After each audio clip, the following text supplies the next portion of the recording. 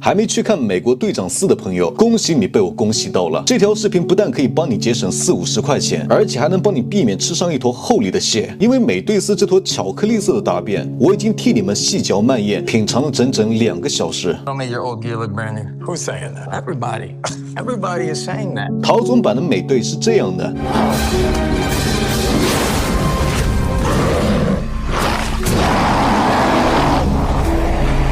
而猎鹰版的美队却是这样的。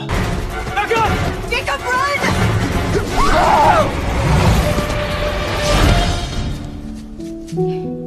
That's it? A chihuahua?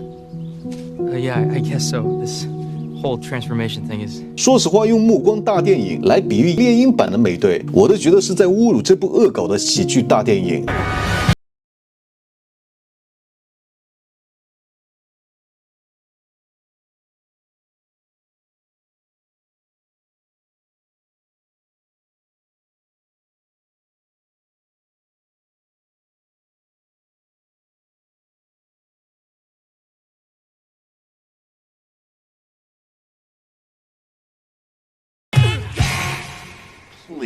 美队4人家海外英文片名直译叫做《勇敢新世界》，我个人觉得这片名完全不符合这部影片的气质，我建议改名叫做 Brave Birdman， 可能更贴切一点。中文直译就是勇敢的鸟人，因为这个鸟人和这部鸟片它是真的勇啊！你能想象2战里参战6周就光速投降的法国，还有满地找嫂子的印度阿三，竟然能够牛逼哄哄的指着老美的鼻子骂吗？你能想象美利坚的大地上竟然种满了柴犬嗓故乡的樱花吗？你能想象小日子竟然挺直了腰板对美国老爹说不要试探他们的底线吗？我就纳了闷了，底线这玩意儿你个小日子他们有过吗？现实中逼逼赖赖的鹰将竟然对着法棍阿三以及柴犬一而再再而三的低声下气，这是碳基生物能够想出来的剧情吗？所以我严重怀疑这部电影是法国、印度、日本3国合拍的意淫烂片。我想不通哈里森福特怎么一点不爱惜自己的羽毛呢？82岁高龄了还要出来掐这种烂饭，陪着几个政治正确玩过家家的游戏，简直就是晚节不保啊！我也想不通猎鹰这个人物角色除了肤色正确之外，还有哪方面的特长能够胜任伪光正的美国队长呢？哪吒2如火如荼的在北美上映，小儿子观众跑去看鸟人队长，却不爱看哪吒2，是不喜欢大胖子和小男孩吗？大家都是3-4千度的老熟人了，这真是不应该呀！